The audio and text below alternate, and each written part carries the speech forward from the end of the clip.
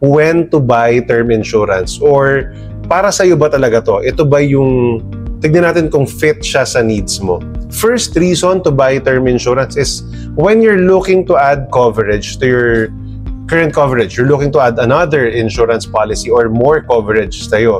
So maybe meron ka ng VUL, meron ka ng whole life, meron ka ng endowment, meron ka ng term insurance probably, and medyo malaki na yung coverage mo, and then you want to add more. Magkaroon ka ng increase of coverage. Let's say malaki-laki, gusto mo magkaroon ng additional 3 million or 5 million or even 1 million coverage for additional peace of mind.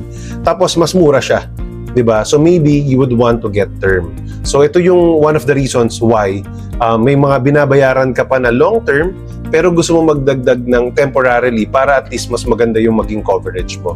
Next reason is maybe you are in a limited budget. Maybe this is your first insurance. Gusto mong magkaroon ng unang insurance, kaya lang may mga commitment ka pa, pero gusto mo na ng peace of mind. Ayaw mo nang palagpasin pa. Or meron ka nakausap na financial advisor, you understand na important na meron kang life insurance, pero limited pa yung budget mo, then maybe term insurance is for you.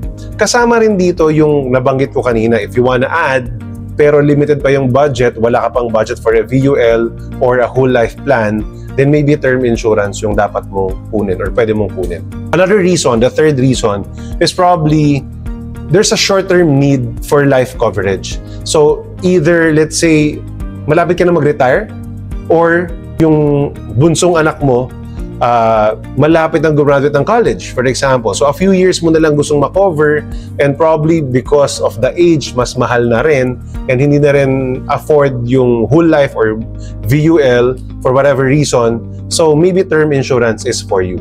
Or maybe another reason would be ayaw mo magpamana, hindi mo planong magpamana sa heirs mo, sa mga anak mo. Then gusto mo na term insurance na lang yung kunin para pag gumraduate na sila or maganda na yung trabaho nila, so you don't need to renew your insurance policy. So dun ka sa pinakamura. Diba? So another reason probably is yun nga, maybe you're doing buy term, invest a difference. You have so much discipline in terms of managing your finances, you're investing regularly, lagi ka nagre-research, and then maybe you just wanna handle your own funds, invest your money nang ikaw mag-isa, and then hayaan mo na yun nga, yung term, yung pinakamura lang, yung gusto mong kuhanin na insurance, basta covered ka, then probably term insurance is for you.